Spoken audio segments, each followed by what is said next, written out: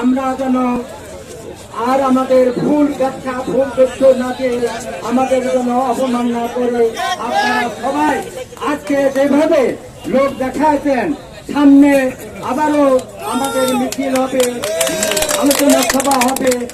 যেহেতু সামনে নির্বাচনের প্রত্যেকটি আমাদের জনসভায় যেন এ ধরনের আমরা লোক সমাবেশ করতে পারি, এই জন্য আমি আপনাদের সবাইকে ধন্যবাদ দিচ্ছি। কর্তৃক আয়োজিত আজকের এই গণমিছিল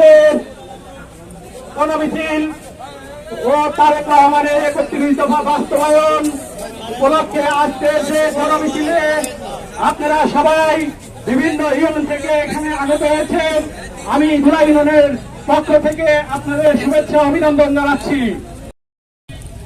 বিএনপির মিছিলের সম্মানিত সভাপতি, সম্মানিত প্রধান অতিথি, আমাদের প্রাণপ্রিয় নেতা, জননেতা সেলিম রেজা হাবিব ভাই সহ বিএনপির সাবেক দপ্তর সম্পাদক